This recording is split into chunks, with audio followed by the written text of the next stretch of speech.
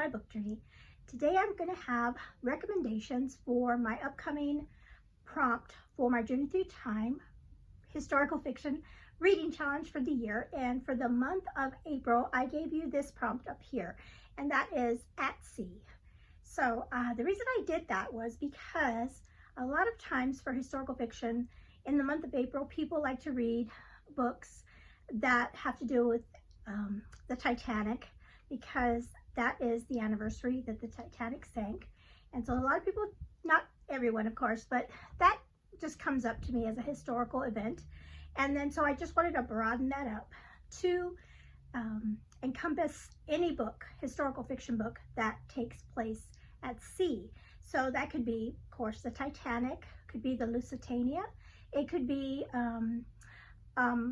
even further back, like the Mayflower, you know, books about the Mayflower, or books about Vikings, you know, historical fiction about a Viking experience, pirates, submarines, anything as long as it's at sea.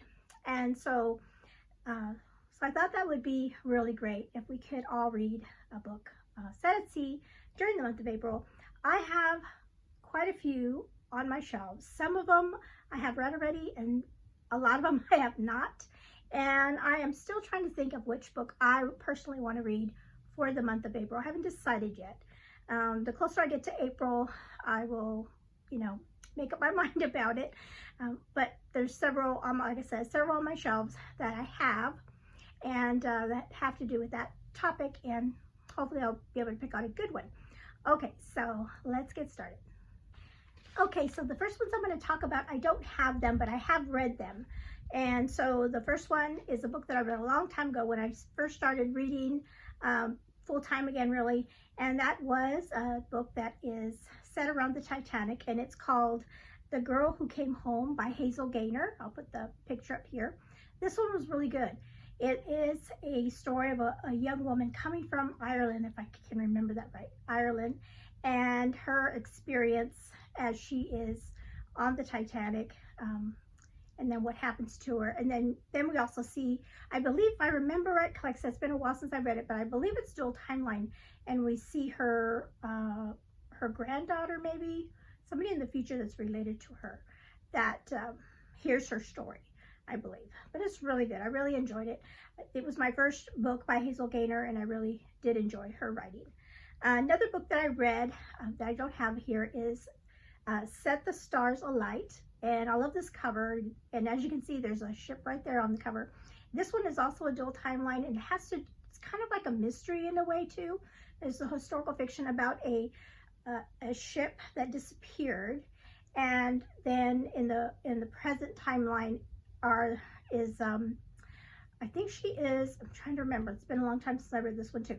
She is researching that event, so you get to see it from both the perspective of somebody looking back at what happened, and then during what really happened in the past timeline. So that one was a really good one. And then another Titanic book, but this one is a middle grade. It is historical fiction, but it's middle grade. It's Iceberg by Jennifer Nielsen. And this cover, I just love it. This one is about a young girl that is a stowaway on the Titanic, and then what happens to her while she's on board. So that one is a good one. And then, so those are the ones I don't have with me here. And then there is another one that is, I'll come back to that though.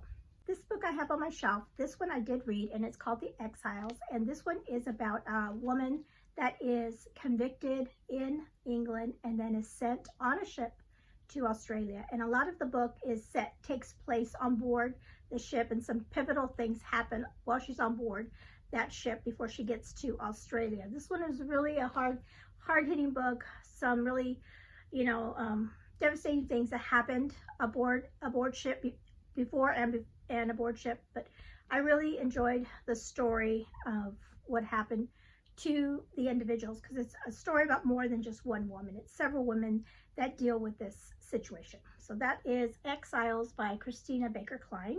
And then I read Salt to the Sea by Ruta Sepetys. Now this book, I will say that for the most of the book, is not aboard a ship. We do get to the ship. It is talks about a tragedy that was 6 times deadlier than the Titanic, and that was why I originally picked it up. And so I was surprised that for the most part of the book, you're not on board that ship, but you're getting to it. It is a story of, I believe, 4 individuals, or 6 individuals, and you're following them as they're making their way towards where they're going to end up on that ship. So you do get to the ship, but it doesn't come until the end of the book. But I will still count that because it is pivotal for the story. And this one is such a good book. I think this one is, I don't know, I just read a really good one recently, but this one is one of my favorite Rita Sepetys books. It's young adult historical fiction. Okay, so the rest of these I have on my shelves, but I haven't read them. So I can't really recommend them and say they're just great, wonderful books, but they fit the prompt. And I've heard that they're good books. So this one is called The Light Between Oceans. I don't think this is necessarily set at sea, but it has to do with being close to the sea, because we are following a couple that lives at a lighthouse, and something comes out of the sea. So I think I will count that one. I have heard a lot about this book, and it's been on my TBR before, and I just haven't gotten around to reading it. So this is all these books that I'm going to show you are all possibilities for me to read, because like I said, I haven't read them. And this one, as you can see, it's been made into a movie, and it sounds like a really emotional read too. So there's that one. I have 2 Titanic books on my shelves. The first one is called The Titanic Sisters by Patricia Falfy. And this one, of course, is about 2 young Irish women yearning for independence and adventure set sail on the RMS Titanic, the ship of dreams. And so this is about 2 sisters on the Titanic. Love the cover. So this is one I could possibly read in April as well. My other Titanic book is called Promise Me This by Kathy Golke. And this one is about, let's see here, let me just read this first part. It says, Annie Allen never imagined the day she watched her brother Owen sail on Titanic would be the last time she'd see him. Nor could she guess how the tragedy would forever knit her life to Michael Dunnigan, who survived through Owen's sacrifice. Okay, so this one is not necessarily, maybe she's not on board, but maybe we're going to hear about what happens to her brother on board the Titanic. So it's kind of like a tie to the Titanic. This one has gotten quite a bit of good ratings as well. So there's that one. I had this one on my shelf as I was looking, and I didn't realize. I was like, oh, well, this one would count because it's set at sea. So this is called Dangerous Crossing by Rachel Rice, and this one takes place in 1939, and it says Europe is on the brink of war when young Lily Shepherd boards an ocean liner in England bound for Australia, leaving behind the shadows of her past. So this is kind of similar to the other one, the Exiles, where she's also going to Australia, but fast forward it quite a few years, because this is set, like I said, in 1939, where the other one is like 100 years before. So yeah, that's interesting. So there's that one. Then I have a book by Susan Meisner, who I love reading her books. This one's called A Bridge Across the Ocean. This one has to do with the Queen Mary, if I remember right. Yeah, dual timeline, World War II, 1946, and we're bringing women over on the Queen Mary from Europe. They're war brides, and so they're headed back. So I'm not sure how much of the story is going to be on the Queen Mary, but it is, and it has ocean in the title. So it's just a beautiful cover. So I'm kind of leaning towards this one because I love her books, and also I am trying to read at least 10 of her backlist books this year. So this is one that's on my list. I have one that's not a historical fiction. It is a nonfiction, but I have heard it reads like a fiction, and it definitely takes place on the sea. This is one that I might try to read this month in April. It's called The Wager, A Tale of Shipwreck, Mutiny, and Murder by David Gran.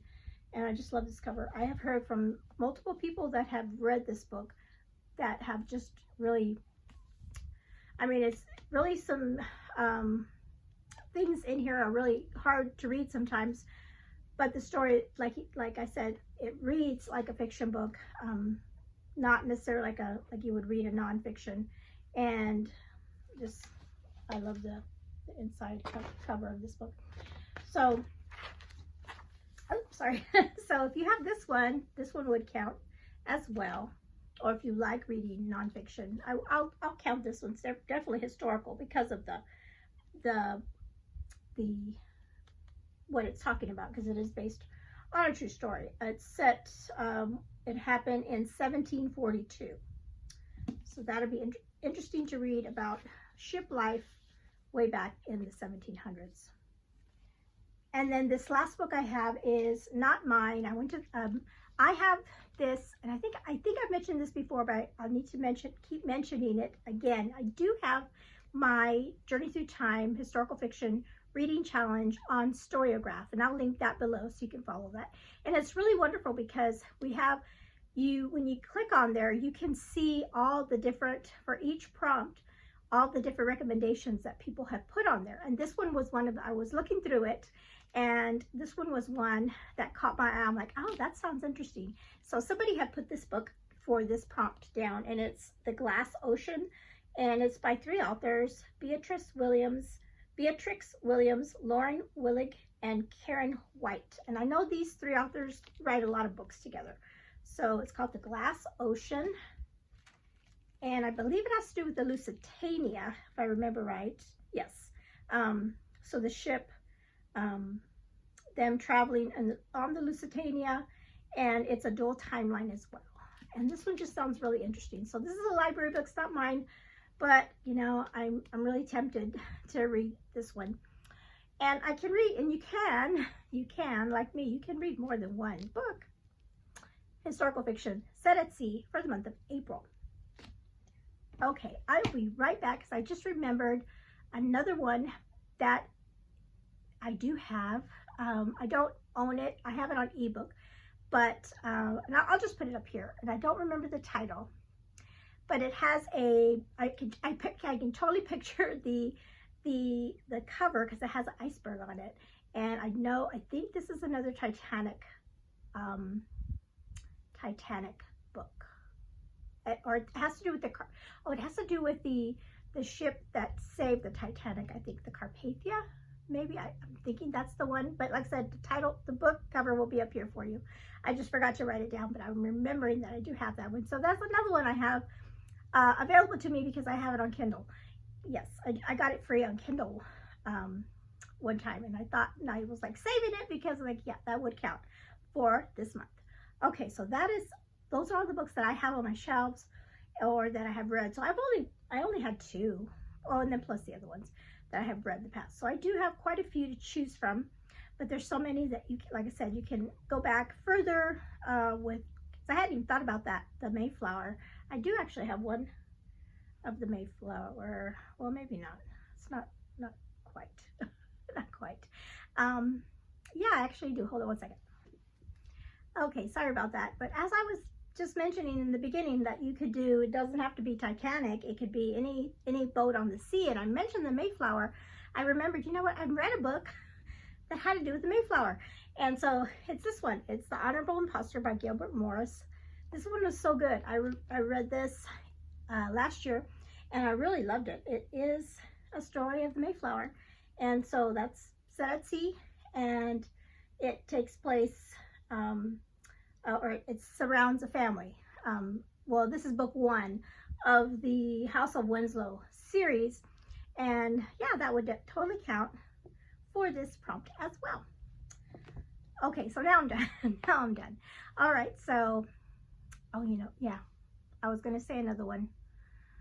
But you know what? I am going to say it because I just remembered that I said Mayflower, and I also said pirates. You know, that's going to count too. For historical fiction, I'm going to allow that to count because I did read a book called The Redemption. I'll put that up here. And that has pirates on it. And it was really good. I really enjoyed that one too. And then I am also going to add one more book. Sorry. Okay, some of you might be saying, Alma, how come you haven't said this book that has pirates on it and it has a ship on it? And yes, it does. And it is Across the Ages. And this is historical fiction as well. And it definitely has pirates, and it definitely is aboard a ship. And so this one is one of my favorite of Gabriel Myers. This is a historical fiction. It also has romance, and it also has a kind of like a time travel twist where we have this gal here. She actually lives in 2 time periods. And so she lives in the time period where she is a pirate and the time period where she is living in the roaring 20s. And so we get her story on both timelines, but she's the same person, and she just travels back and forth. This is actually book 4 in the series, but I will say that if you've never read any of the books, I think this book is one that you could pick up and read without having read the other books. You will get information in there, like kind of towards the end of the book, about certain characters that have come in the past, but it's not gonna ruin the story for you if you haven't read the other ones yet. And if you really like this one and you've never read any of these books before, then you can absolutely go back and read book 1. But if you just want to read a good, really great pirate story set at sea, this one would be a great one to pick up and read. So that one is Across the Ages by Gabriel Meyer. Okay, I think that's it. I'm sorry this video has been kind of all over the place, but I just wanted to make sure that I got them all in. And I think that's it. So comment below if you are planning to join me in April to read a book at sea. And if you already have one in mind and it's not one that I've mentioned, please list that, put that down in the comments below. I'd love to know what books everybody's reading. And then also comment below if you've read any of these books before, and if you think that I should put maybe one above the other, or if you've read one and you didn't really like it as much, let me know that too. I love to hear your thoughts about the books that I have put up here for you. All right, so that's it. That's all I have for you today. I hope you plan on joining me in April to read a book at sea, and